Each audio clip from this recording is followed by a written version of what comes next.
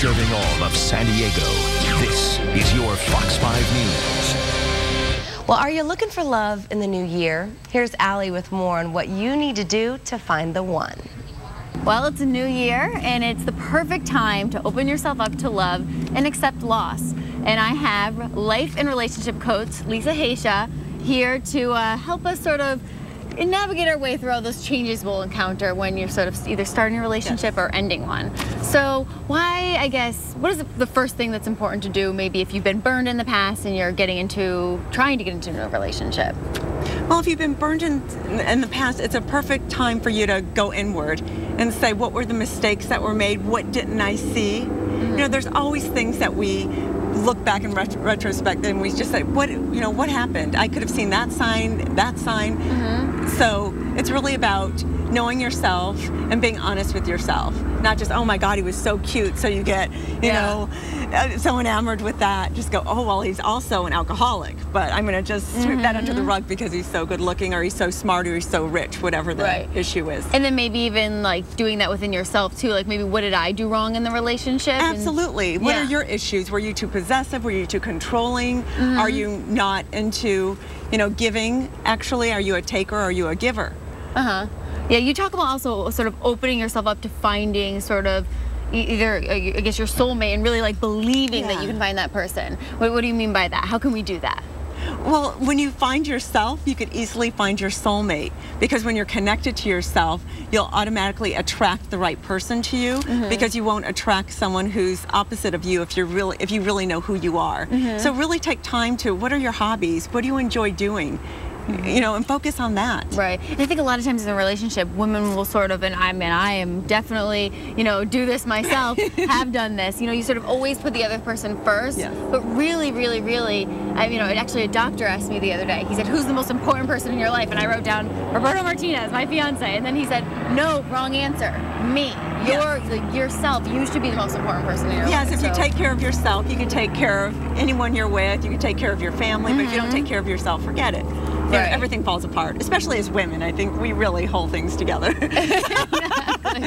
You also say that we should sort of like count our rejections and like keep track. What do you mean by that? Well, what I do in my workshops and with my private clients is everyone gets so upset. Oh my God, I've got rejected this many times, or I've been doing this online dating and nothing seems to work out. And I'm like, count those. And when we actually count them, there's something magical that happens because we're going, at one point, the number has to say, bingo, you're going to, find your match. But if you just quit, and each person you meet, you're going to learn something about yourself or go, oh, okay, that didn't work because of this, and you're going to get closer and closer to finding what it is you like. So count those rejections, and one time it's going to actually hit. Right, count them, and then also why they like it didn't work out. Absolutely, and I do that in work too. When my clients have a book or whatever it is, it's your baby. But if you're rejected 20 times, then it may hit.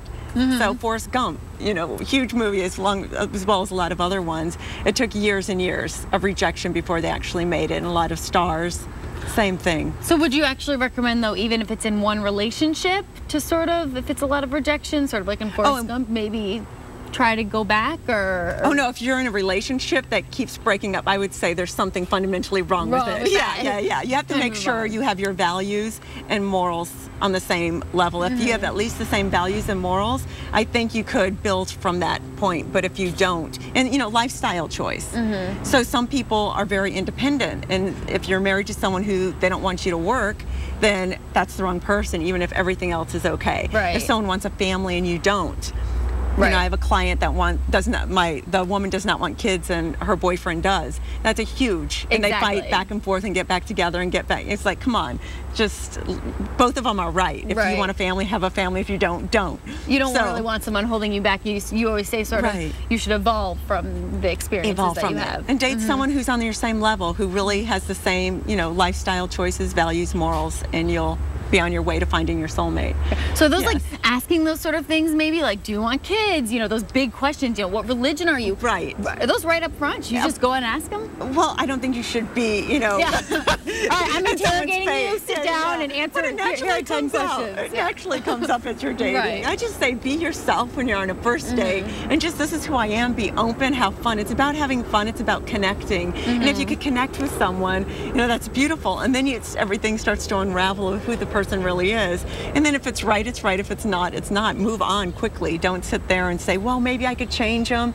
He doesn't want kids, but maybe he will. I know he said he doesn't want to get married or she doesn't want to get married, but I'll change them. Right, so, absolutely. Well, thank you so much. Really great tips. Everyone wants to find love, so we hope that for everyone. And if you want more tips from Lisa Haisha, you can log on to our website and click on the Scene on tab. Back to you guys. All right, thank you very much, ladies.